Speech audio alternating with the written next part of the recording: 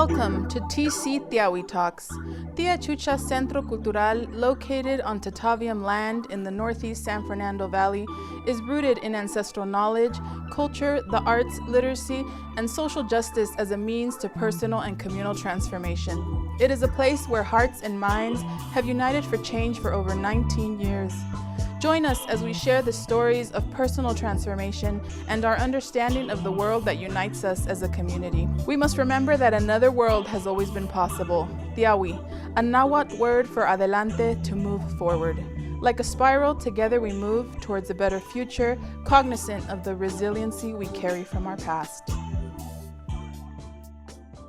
Welcome to another episode of Tiawi Talks. My name is Karen and Andrea, and I'll be one of your hosts today. Hi everyone, my name is Andrea and I will also be one of your hosts today. And today we're being joined by Dr. Jose Paez. Woo! Applause. I was gonna say aplauso. Thank you for joining us today. We're really excited to be talking to you. This is actually our second episode on mental health for the Tiawi Talks podcast. Karen, do you wanna talk to us a little bit about what our goal is with these episodes? Yeah, so our goal is to make the topic of mental health more accessible, destigmatize mental health, and just share their experiences and stories and the knowledge of our people in our community. Yes, so thank you for being here. So we're going to turn it over to Dr. Paez. Who are you? Where are you from? And how did you get into this field of mental health? First of all, let me just say thank you so much for inviting me to be part of this. I've been listening to your previous episodes and it's been really cool getting to learn these new perspectives and more about the Achuchas just in general. But I feel really, really honored to be invited and to be talking with you all. So thank you so much. My name is Jose Paez. My gender pronouns are he, him, his. And a little bit about me, I come from a multi-ethnic family. My mother was born here, right here in Burbank, but her family is Mexican and Italian, and very, I think, very distinctive. And then my father is born in the Philippines and is also a Siletz Indian. Now we're citizens of the Confederated Tribes of Siletz, which is located in Oregon, towards like the coast. And my grand aunt lives up there, and I feel very, very lucky and honored to be connected to my tribe and to starting to learn actually some of our language and some of our traditions. So that's the kind of home that I grew up in. I'm the oldest of four. I went to school. I grew up right here in Sun Valley, and which I think is actually kind of significant to the work that I do now. But I grew up in Sun Valley and went to Catholic school most of my life. Until I got to college. I went to community college of the Canyons, went to Cal State Northridge, and got my degrees in psychology and in sociology and then psychology. Then I went to USC. I got my master's and I graduated in 2001. And I did work there as like a bilingual outpatient clinician. I worked predominantly in the city of Lake Gutierrez and Pacoima, serving communities there who were suffering or struggling with mental health issues, or really actually any issues that you could think of. It could be substance abuse, violence, domestic violence, police brutality, dealing with poverty, really any issue you could think about, immigration or whatever it was. And that was a really transformative, experience in my life. I think I was around 26 or 27 when I first started to get into that part. And I learned a lot about myself and the communities that I worked with. It taught me a lot about what resilience, what healing, what holistic means. Even though maybe I didn't use that language quite like that then, but that's what they were teaching me. And then after that, when you do a lot of mental health work, it can be very stressful. And what I've since learned is that when you're doing this work, you have to have a team around you always supporting you. This is also part of holistic wellness. And there was moments when we had that and when we didn't have that. And the moments when I didn't have that really pushed me to the brink of where I could not do that work anymore, ethically for myself or even my clients or the community. So I left, and I was very fortunate. My wife and I, we traveled. We left the country. I'm not joking to say, like, when you do mental health too long, you just have to leave the country. But that's what we did. We were very, very lucky and fortunate to leave, and we traveled for about 5 months, and we went to all sorts of different places. Visited family in Vietnam. We visited family in the Philippines, in Mexico, and a few other countries, Tanzania and Cambodia. It was an incredible. We went to Egypt. We met new friends and people I would consider definitely like family now. Just incredible experience. And I would say I'm bringing that up just again to share that, because we're talking about wellness. This is a big part of wellness, is having different perspectives. And so when I traveled and when we traveled, we went to all these places. I had all these like biases in my head about going to Egypt, what Egypt was going to be like, and I was worried about all these like Islamophobic, viewpoints that I had, and to go there and to talk to people there, I was so ashamed that I was holding on to these viewpoints, because that was not my experience at all. People were incredibly kind, generous, supportive. Nurturing, anything. It was an incredible place to be in, to visit, and to get to know people. So, following those experiences, I was given an opportunity to work at USC and help build an internship for first year social work students. And I did that work in the community in South LA for about 3.5 years. And then I got an opportunity to come teach at Cal State Northridge. And I've been here at Cal State Northridge teaching in the social work department since 2009. And I love it. I love teaching all the classes and getting to interact with students like Karen, who has taught me a lot about what teaching is and what social work is. And so, yeah, and so that's it. So then I went to school back like 2017. I got my 2020, I got my doctorate, my educational doctorate in leadership and policy studies.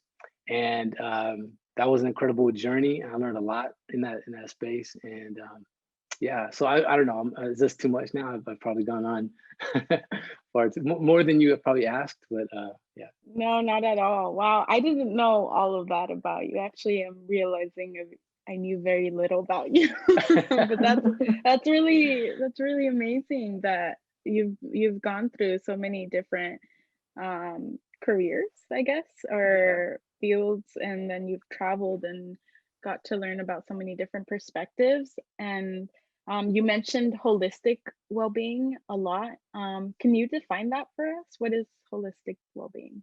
Yeah, I guess I should say that there are lots of definitions and perspectives about what holistic wellness and holistic healing and whatever other umbrella term you want to use to call health. Lots of perspectives. And what I've noticed in my time in social work and my time in education is that sometimes those definitions either compete with one another, or they fight for space with, like, who's going to get the most billing or top billing, or the most like shiniest kind of product that they can create, utilizing some of these ideas. But I say all that just to kind of give some context to the fact that the fact of what we're talking about is some very simple basic concepts that indigenous people globally have for millennia, have been knowing and practicing. And the problems that we experience today are, I think, my studies seem to reveal to me, and my connections and talking to people seem to be problems of the way that we structured our world and how the conditions we've created because of those structures. So just kind of a context. Holistic means that we consider lots of different things in trying to live lives that are balanced and balanced in our mental well-being, our spiritual, our physical, our emotional, but also our connection to land, our connection to one another, our connection to animals, our connection to our previous generations and ancestors, and our connection to the future generations. And even in the definition that I'm giving you now, which is kind of a collage of lots of different ideas, is a definition that's evolving and it's changing. And you may have your own thoughts and ideas about what else you'd like to add to it. But essentially that's kind of it.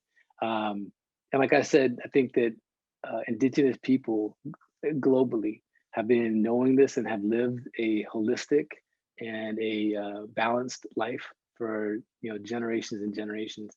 I'm not saying that their lives were perfect, and I'm not saying that there wasn't problems that they had, but they found ways to come back into balance with our earth, with each other, and restore that sense of harmony.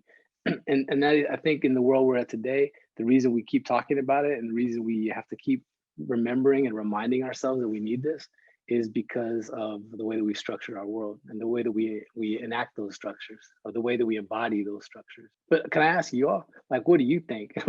When you hear the word holistic wellness, what comes to mind? This is like the social worker and teacher in me at one point. So, yeah. I was just thinking that, I'm really thankful to have had you as a professor, Dr. Paez, and I was just thinking, I felt like I was I was in class, like I wanted to write everything you were saying down. Yeah, when I think of like a holistic approach or holistic well-being, I just think about how I think a lot about the environment, and I think about like physical well-being and your mental health and your spiritual health, and I think about all those things and how it's really one thing that we can pull apart, like to look at it. I always heard the word holistic thrown around by a lot of white people. And that's how I got to hear of it. And I associated the word with like yoga, meditation, which I would also see as very white, like white culture. But I think we know that of course they didn't grab yoga, meditation, all that knowledge from, right, I don't know, their culture. I guess that comes from indigenous culture, right? But that's how I was introduced to it. So I always steered away from like learning anything about like what does holistic wellness mean, or even like diving into yoga and that spirituality, even astrology. I'm like, that's like a white person thing. But I'm starting to realize it never started with them, right? It came from like indigenous cultures, and it has so much more history. It's just, it looks a little different sometimes. And I think that's just like the mass effects of capitalism as well, But no, I'm learning a lot. Like we had the conversation a week ago, right? About like, I really liked how you said that holistic wellness is finding a harmony between parts in your life. And so you gave me a definition, because I think, to my understanding, tapping into like my creative side and then doing something active, eating well, it makes me feel happy, it makes me feel good, right? And that's part of my mental health. So now I have a word for it. So yeah, that's how I understand it now. I just wanted to mention how, yeah, I had this misconception, and I wonder how other people view holistic well-being as well, and if they hold these stereotypes as well. It's a good way to engage your audience. Put that out as a as a poll and see what do people think? Because I agree with you. I think there's not one definition. A lot of people have different, based on your background, where you come from. You may not even call it holistic wellness. Maybe you call it integrated health, or maybe you call it collective care, or maybe maybe it's just wellness, just in general. So I think there's lots of ways to try to get to the basic fundamental idea of living a life that is one that is trying to be interconnected, that recognizes the interdependence and interconnections that we all have, that understands our diet, our ability to get good rest, our relations, the respect that we have for people that came before us, the people we're living with now, and the people that we are going to engage with. And I should say not just people, but animals as well, animals in the environment. I always feel like animals get left out of these conversations. but they're so important to our well-being. You know, that's the holistic, or overall community viewpoint. So sometimes I just don't want to get so caught up in one term or one language, because things evolve and things change. And just like yoga, yoga may have emerged from one part of the world, but those practitioners came, started spreading that knowledge to other people, and other people started developing it and shifting it, shaping it, and molding it into something else. Like a lot of things, though, even like our language, it takes new form, and this is the part where I think we get to that brink of like, is it getting appropriated? Is it erasing other people's culture and other people's knowledge? And that's also always a really critical thing to be mindful of, and to be knowledgeable about. Where do we get these practices? Yeah, how do we develop these ideas? And if I could just say one other thing too, because I mentioned like a mental, spiritual, physical, and emotional, like that's even framed around like the medicine wheel idea. And lots of indigenous peoples have used some version or variation of like a medicine wheel. I'm sure you all have seen that or know what that looks like. And those quadrants can represent lots of different things. And I've seen, like our tribe uses it, and they use it kind of as a logo, connecting things around health and physical health, like kind of really specific, and substance abuse, and all these kind of issues that they bring together within that wheel. But other people have used it differently. But I think that the important thing is that you're recognizing, understanding where this comes from. You're not trying to appropriate or take their knowledge and then pass it off as your own, and then start selling it and mass producing it so that you start making money off of it. And people who originated this get no credit or no benefit. You see this a lot with like intellectual property of like, or in the labor of like seamstresses and people who weave baskets or make clothes in other countries and create all these like incredible designs. And then larger companies come in to like boost, amplify their work, but at the same time, like they're making a profit off of them. And it's like this real ethical issue, because those people are still living like predominantly in poverty, but their designs go on these huge magazines, right? And like major celebrities are wearing them, right? And so there is always that connection that we have to like really reflect on and think about, because that may disrupt that harmony and that sense of interconnection that we have with one another. So it's always easier said than done, right? To That's it. integrate all these parts of our lives. How do you use the medicine wheel, or how do you view holistic wellness in your life? Could you give us examples of how you incorporate these? Yeah, that's a good question. I think that it's kind of like a journey, is what I would say. It would be like a journey towards you living a life that's more in balance and more in harmony with all the things that are around you and all the things that are around us. And there's going to be some starts and stops to this. So I never look at this process as like a final process. I feel like it's working towards something I want to become, and that I'm going to get better at, and I'm going to improve on. But it's going to take some time. The other part of like trying to live a life that's full, that integrates these different components, your relation to each other, having respect for the land, all these kind of things, understanding your languages. It takes, I think one of the things to say is it takes a lot of discipline and practice. It doesn't happen overnight. I mean, I read a lot of books and I talk to a lot of people, and I've been thinking about this stuff for a long time, but it's the active, everyday practice of it, embodiment of it, to develop those methods.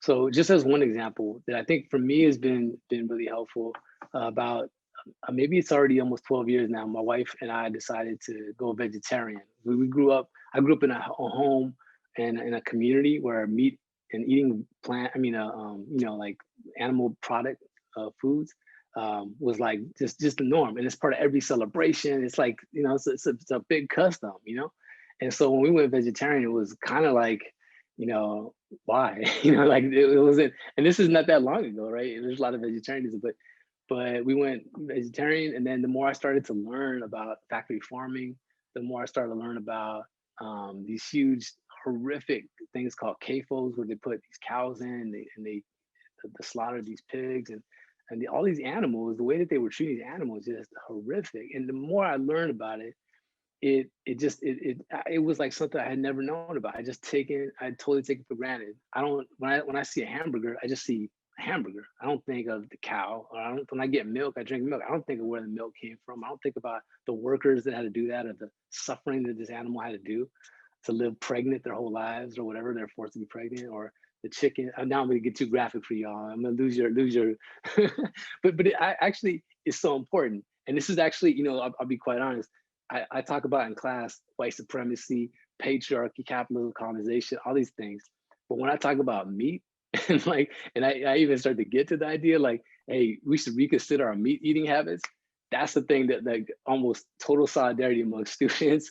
Any of my audience are like, wait a minute, let's back up a little bit, okay? We were cool with the white supremacy thing, but don't take away my meat, okay? Because I love ribs. I love bacon. I gotta eat that, And so I'm not saying that you could ever eat meat. And I know for a lot of our ancestral knowledge is definitely connected to our diet, and our diet included eating meat, eating elk, eating deer, eating salmon, and eating other those products. There actually is connection to like overall well-being. But for me and my wife, where we were at is the more we learned about animal cruelty, the more we learned about the pollution to the earth, all the waste, all the animal waste that it goes in and pollutes, these areas where people are living, and just again, like I said, the treatment of animals. Both of us made a conscious decision to just stop eating meat and then get involved in animal rights and activism, and also starting to learn more about food sovereignty and what that means. And so it's been a journey to learn more and more about that, and to stay active, and to talk about to learn about these particular issues and get involved with them. But it to me was really critical, and I don't ever foresee myself going back to eating meat ever again. And now it's also for health reasons too, because I've learned that too. But initially that's where it started. So going back to like the holistic piece, that was critical for my well-being, understanding the power structure and how violent it was, and seeing how it was consuming all that violence and not really giving it a thought, and making an active decision to move away from it, and practice something new, practice a lifestyle that's going to be as plant-based as possible, and try to live my life in that way. So that would be one example, I would say. Yeah, I'm vegetarian too, so I agree with what you're saying. But I love that you called it a journey, and kind of talked about how there's like no endpoint to it, right? So how do you stay motivated? Like what are things that motivate you to keep going when I feel like in our society a lot of the time it's like all about productivity, right? So if this is something that doesn't end, and that's a process, how do you stay motivated? That's a good question. The truth is that I don't always stay motivated. I think motivation is also a journey. It's also a journey. There's moments where you don't feel like doing this workout, or going for a walk, or calling somebody who you haven't talked to in a long time. You just rather do this other thing. And I think that's where like the discipline comes in. To me, motivation is a quick thing, and I've started to shift away from thinking about what motivates me to instead of thinking about the discipline of it, and finding a lot of joy in the discipline of it. And the discipline is doing something that I know is going to be beneficial for me, and it's shown to me to be beneficial, and doing making a decision not to do this other thing that I know is not going to be beneficial for me, and focusing on this, because that's my health. And it's not a perfect thing. There's always going to be moments where I'm like, I definitely shouldn't eat this extra piece of cake, right, or whatever it is for me. I like to eat. I shouldn't do this, or I should just just stay right here. I should not watch another episode of this. I should go do my writing, or I should whatever. And sometimes, you know, I negotiate that with myself and I figure that out. But other times, you know, it's a discipline, and to keep moving forward. And I find that the more that I am able to practice some of those disciplines in that way, the better. So an example would be like meditation. I've been on a journey of meditation for years. And I would say I would give myself, and I can do this because I'm a teacher, I would give myself an F, okay? Because my meditation was not good at all. And it's too frustrated, it's not working, I don't understand it, and just give up, come back to this. And I knew there was something important to it, but I just couldn't connect. But it, you know, actually starting at the beginning of the presidency of President Trump. Not that there's much that I really appreciate about this guy, but one thing I could say is that at that time I started meditating, and I also started my doctorate program. So meditation, I started it slowly, and I built that into, you know, a daily practice. And then for me, that it could be, you know, mini meditations throughout the day, which, you know, could be last for like a minute up to like, you know, 15, 20 minutes. But I meditate every morning, and I try to meditate every night. And then throughout the day, I'll do, you know, mindful practices. And that's become a discipline. That's taking some time. And I've done some other things to help keep me accountable, like talking about it, making it public, like practicing in the classroom. As Karen, you might remember, we practiced these kind of did these kind of things. You know, and having other people in my life, you know, who are also doing that, helps. So I think again, when for me, looking at like what keeps me sustained in this journey of trying to figure out, you know, making well-based decisions for my health. I would say that one, it's a discipline. Two, I would say have a community around you and have people around you that you can go through this with together. That always helps, at least for me, in my experience and what I've seen. Um, Consult with other people, uh, get other perspectives when you get stuck in something and when you're not really sure, you know, what that is. So, you know, I think those kind of things. And then the other part about it, that I think is so important, is find the joy in all of this. Keep finding joy in all this. Embrace all these moments. Live with gratitude and appreciation for the fact that we get to do all these things. Like, I'll be honest, when you asked me to do like a podcast, my first thought in my head is like, how did I get so lucky to get to be invited to do a podcast? A podcast, like I said, like to me, like when you asked me that, it made me feel like I'm really lucky to get to be invited. And I'm not saying that as a way like I was like, you know, down on my abilities or anything, like, but I mean, although that's always kind of there too, but to be honest, it's just like how grateful that I get this opportunity to talk with you, have a conversation with you, that you're interested in learning something from me and that I can share with you all. It's a real gift. And that's another part for me about around this holistic wellness piece, about trying to live authentically, trying to live congruently with all these things, knowing that there's a lot of starts and stops, and that's not a perfect thing, but you try, and you try to maintain that discipline and do these kind of things. So I would say that for me, that's another component of doing this work. We're flattered that you're flattered. Okay, so I want to ask, how is this way of looking at your life, working on holistic wellness, how is this radical? Because I feel like with mental health, you've mentioned before how it's kind of like in a category and it's always separate from everything else in society. And that's also why Karen and I are so interested in talking to folks about mental health, because it still doesn't seem accessible, or it's still talked about like behind closed doors. You know, people are still embarrassed to go up to their family or their friends and talk about their mental health. What is radical about holistic well-being? Another good question. Y'all asking some good questions, because they're making me really reflect on, you know, what we talk about, what we say, and really trying to embody that. So I think going back to what, you know, Karen, what you had said before about, and also to this idea that there's so much is focused on productivity, on moving forward, or I mean, making sure you make profit. Um, and just as like a side note, like in a lot of mental health organizations, unfortunately, they've really embraced a model for a lot of reasons where you're billing and making sure that you are accruing a certain number of hours that when you see and you work with people, that which gets translated into reimbursement for the organization to stay open.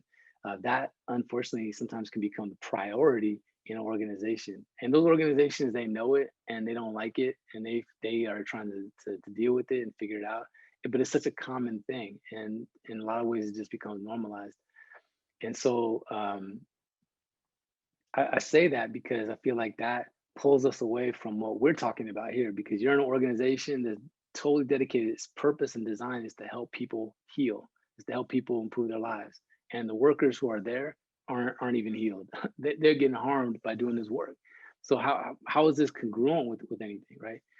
And so I think what's radical about this approach is that it challenges um, the structures of coloniality.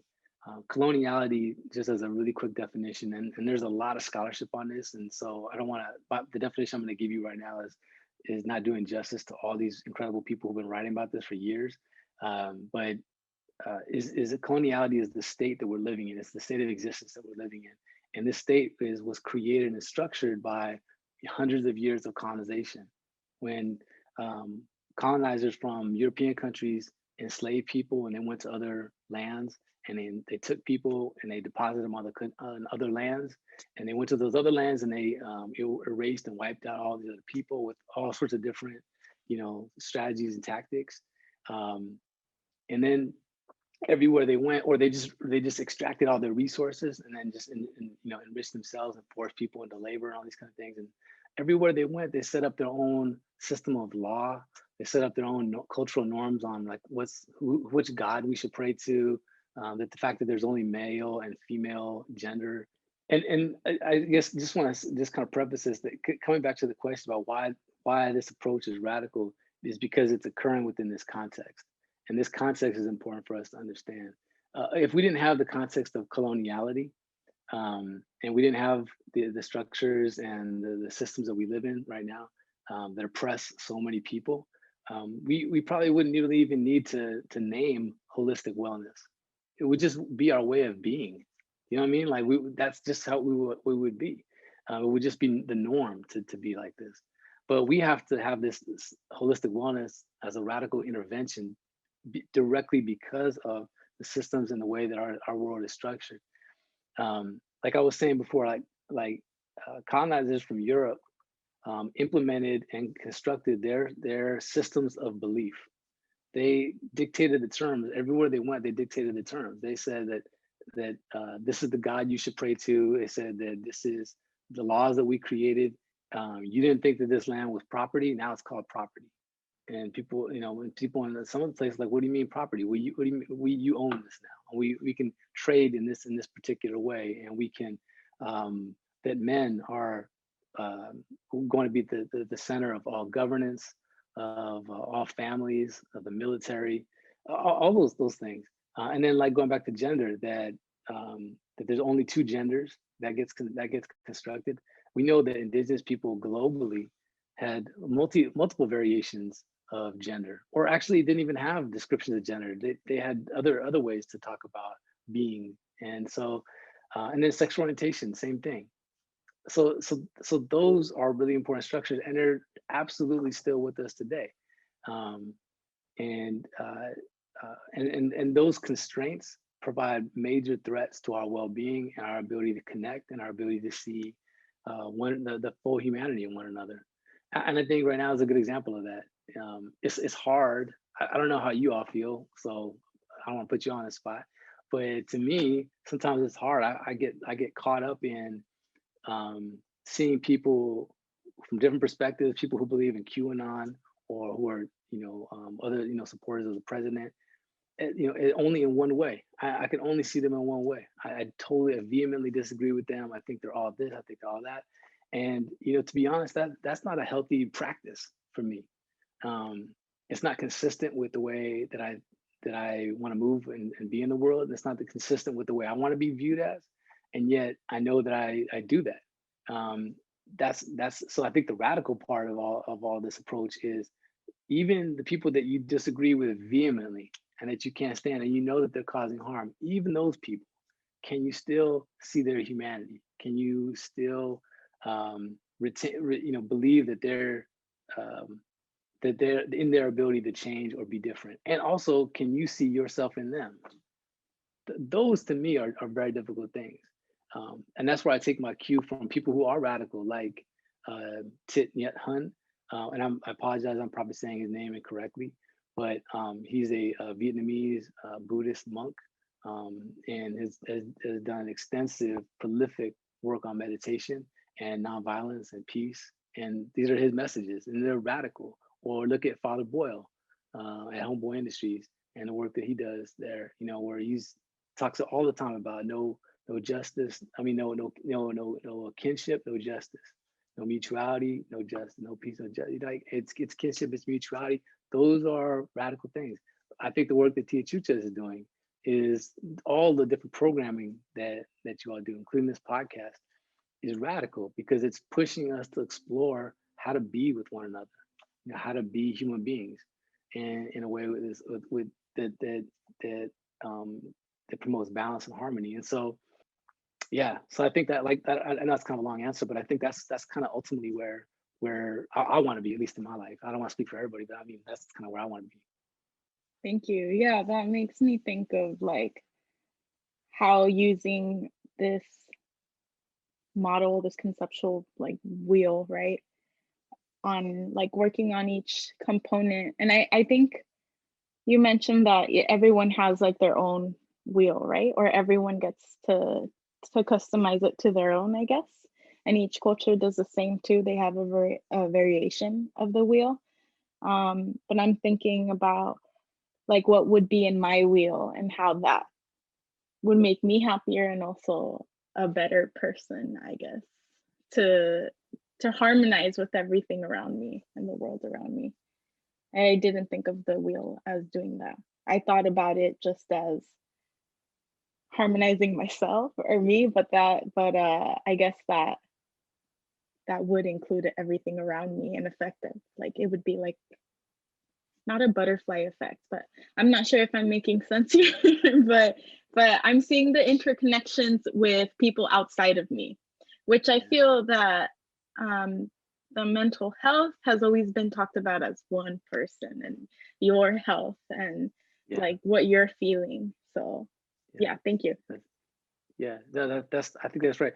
Oh, I would say like that, look, be curious and look at all of the different variations of these models and see what speaks to you.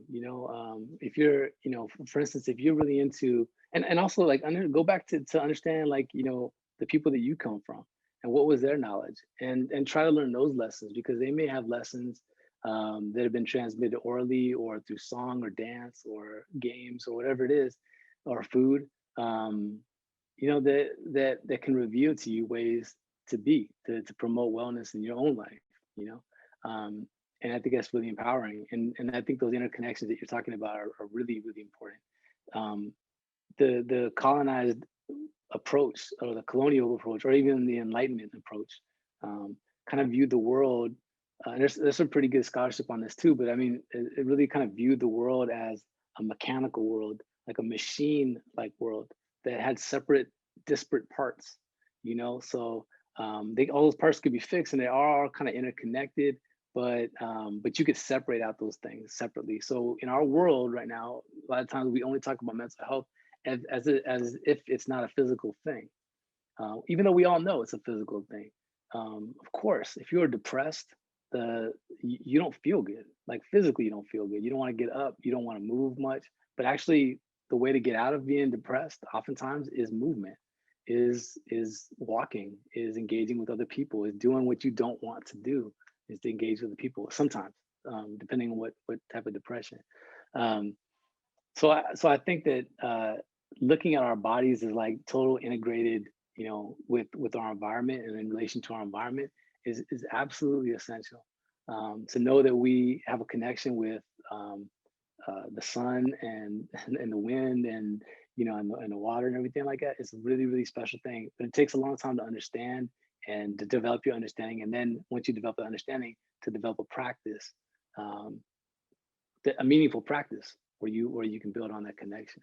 Maybe another component though of breaking up mental health and spiritual health and is also like a good capitalist idea too. I mean, like, because then you could market just to your emotional well-being, and we can just market to your mental well-being, and this is going to be just for your physical well-being. But really, the truth is it's all interconnected. It's all interdependent. I think that's what I've seen most in, like, let's say clinics, emotional health, physical health, um, like very broad categories. But I really like how you're bringing up all these other things, like even connecting with animals, like just the joy that having a dog brings me, and so many people, right? Dogs are angels from heaven. And cats might be for some Right. other people too, birds. Yeah.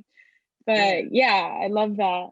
I was gonna ask, I know that, so how does one begin this journey? I know that we already have our own wheels, like we have it already, like we all practice it in some way or the other, like eating healthy, sometimes we do, sometimes we don't, being physical, and then like you know hanging out with our friends or talking to our friends, people that make us happy, so we do that. But now, like, being conscious about this wheel and or these parts of our lives and trying to balance everything to live happier and healthier, where do we start knowing this information? I know you had brought up Well for Culture. I don't know if that's a good resource for folks to see. Can you talk to us about that? Yeah, absolutely. Yeah, that's they are an excellent resource, I think, amongst many. But well for culture, is was I think created by Tosh. I'm sorry, I'm blanking on his name. I think it's Tosh Khan and Chelsea Luger, and they and like a lot of people in previous generations who have been really interested in wellness and and reclaiming parts of their history have created like a really cool a website and ideas for doing that, and and I would definitely direct people to their site so you can see how they got their 7 circles of wellness. And let me just kind of take a look real quick, because there's 7 circles of wellness. And again, it's kind of rooted in that idea of the medicine wheel. It includes like your spiritual, your emotional, physical, and mental. All those things are interconnected. They're not separate from each other. But they talk about the importance of finding peaceful environments and spaces using movement. They don't really call it physical exercise. They talk about it as like a movement, like physical, like a physical movement, the functional movement, what they say. Using the importance of sleep and how important sleep is to building muscle, but not only muscle, but like restoring our bodies and giving our bodies a chance to heal. Eating real food versus all the processed foods we eat, and but also understanding how your diet connects to your wellness, your spirituality, your physical, your mental, your emotional.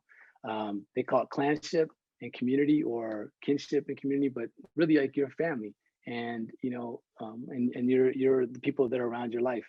And then they talk about connecting back to the land. Um, and connecting back to the land, is one of those things that I think for a lot of us, if we didn't grow up understanding our connection to the trees or understanding our connection to animals, we kind of grew up in a very narrowed perspective. So luckily, like I always joke, like I grew up in the valley, so I didn't grow up like doing a lot of hiking or like camping or whatever. But I married somebody, my wife, whose family does, and they have completely opened up my mind to what all this is, and they've given me so many lessons on understanding like rock formations and understanding like how rivers move and all just a ton of knowledge that I've gained from them. I'm so always so grateful, and my vocabulary is improved. I think I get smarter when I hang around them. Yeah, I feel like it's the the well for culture model. I think it can be really flexible and adaptable. They learned all their ideas from their own indigenous nations and their own indigenous families, and then talking to a lot of other indigenous elders around the country. Uh, but I think their ideas are really flexible enough that we can all, learn from them and learn how to apply those into our own lives. And so I think where you start is consulting and looking for those other models, and then picking out one of those. If you use their model, for instance, pick one of them and see how you can improve that, throughout your week. So maybe it's sleep. Maybe for like a week, and it'd be like, I'm really gonna work on my active practice of sleep this week and see how this goes. Because I usually go to bed around 12 o'clock or 1 o'clock or whatever. I'm gonna practice going to bed earlier and see how this makes me feel and give this a shot. Or I'm gonna really work on my real food for a few days and see how that feels. And then, I think the other part of it is to bring into a community and start to talk to people. Everybody is in a different place in your journey. There's going to be other parts of your life where you're doing like you may be doing like exceedingly well and you feel really good about that part of it. But there may be other parts of your life where you're like, I am not in balance right now. A lot of people, for instance, we work, and we're very proud of our work, obviously, but we work hard. We work a lot of hours. Um, and sometimes that work dominates our entire lives. So we stop communicating with people. We stop having fun. We stop laughing. We start getting more irritable. We start eating the wrong food. We start hanging out with the wrong people. It's not healthy. So again, trying to find that balance. So and all those things. So I think the idea of like where to start is having these conversations, consulting with other people, looking at these other models of what people have been doing. There's a Native Wellness Institute. They've been around for few decades doing this work. There's a lot, and I think even at Tia Chucha has been doing this work. They've been identifying and talking about wellness in all sorts of ways, and so learning from them. The great part about y'all is y'all got like a bookstore, so you could read tons of great literature in there and ideas to develop. Yeah. So I think that's where I would say start slowly and give yourself some grace to move slowly through this. Thank you. And thank you for the shout out for our bookstore. Absolutely. Yeah, I appreciate that. And you can also start by tuning into this podcast. Absolutely. Absolutely. Yeah. Andrea, are you gonna say something? I was just gonna ask y'all, I'm curious, so what's a quadrant in your life that you need to work on right now? I'm curious. I'll just go since I'm talking already. I think I've definitely been thinking a lot about food, and during quarantine, being at home, nothing to do, sometimes all you want to do is eat. so I want to be more conscious about what I eat. I want to definitely eat more greens, so I definitely want to work on even cooking more myself, because I'm not a great cook. So I want to work on that aspect, or that quadrant in my life. Could I just add, so exactly how you're describing that right now is I can see, and I don't know if you're making that connection, but I can see as you're talking about it, the connection to like your emotional well-being, because as you were talking about it, you started smiling and like you started like kind of getting animated, and it probably makes you feel good to start talking about this. Like, I'm making an active choice to do this. So you can see that right there, like you're making a physical, emotional, mental, and spiritual choice that's all connected to food. That's how it all gets connected. It's not like one thing. You're just gonna work on food and it's just gonna focus on your physical experience. It's all related. So yeah. So thank you for sharing that. But I kind of wanted to point that out. I don't know if you saw that, or Karen, you noticed. Yeah, I'm excited. I bought a cookbook actually, just to get started on cooking. It is exciting, awesome. just like learning something new. And I think for most people, I think it's fun, and it's a exciting thing to be working on something for yourself that's supposed to better your life. So definitely, yeah. Thank you for sharing, Andrea. I guess one that I've been working on is sleep. I've been working on it for years. Trying out different things. and I think it's gonna continue to be a process for me. What are you doing to work on it currently? Yeah, I'm trying out. I have had a weighted blanket for a while. I'm trying to like be intentional about using it because I have it, but don't always use it. Not using technology when I'm in bed, or trying to like wind down before going to bed. Yeah, but that's always like a give and take for me. Sometimes I do it consistently, sometimes I don't, but I'm working on it. That's great. And I think the other part is, again, finding, giving yourself props, when you're doing it well, like acknowledge it, make those acknowledgements and be like, I made that choice to do that. Like, I guess for me, like looking at these different quadrants, I think for me, the one I've been focusing really is on functional movement, and knowing that going for a walk every day, engaging in these particular activities, is really, really helpful. But the truth is, like, you have to give yourself some props. Like, at least you did it. At least you did go for a walk today. So acknowledge that. Like, you made that intentional choice to do that, and that's important. So recognize that. Let the neurons fire in your head like that direction, and that will also, I think, build that discipline of like moving forward and doing this kind of thing. So, but for me, it's the functional movement. That's what I've been working on for like the last year, and doing a lot of different types of exercises and stretching and just different types of movement, so I can develop my flexibility and my mobility, as we get older, and because I don't want to lose that. I want to maintain that. I want to preserve that. I want to strengthen that. Thank you, everyone, for sharing. Hopefully, next time we meet, we're gonna be working on a different quadrant because we got this one mastered, or we got better at it, right? You said it's a work in progress. But thank you. I hope that everyone takes in mind now, like the different parts of their life, and tries to bring balance to it. I know that it's a little more difficult at the moment. Our mental health is being strained a bit because of COVID, a lot of losses, and staying at home is hard, but thank you for sharing your knowledge, Dr. Paez, Jose Paez. Yeah. Thank you for No, being with us absolutely. today, and being a resource to our community. And yeah, we really appreciate it. The feeling is mutual. Thank you all so much for the work you all do, and for inviting me to be in this space, and to get to talk about these kind of things. And like you said, knowing that everyone's on their own journey, and you can do what you can do, and with all these constraints of COVID, the transitions in our government, just everything that's going on in our world right now. With regards to violence and what have you, there's so many things that are pushing us. But if there's anything that we can do is to remember that we always have power, and that we can always make some changes in our own lives, to take control of our lives, because that's the thing we do have control over. So I just feel really lucky to get to do this and talk with you all, and be in this space. So yeah, it's a real honor. Thank you. We'll see you all next time in the next episode. Bye. Thank you. Thank you again for joining us. Please remember to subscribe to our podcast and follow Tia Chuchas on social media. Please support our online bookstore.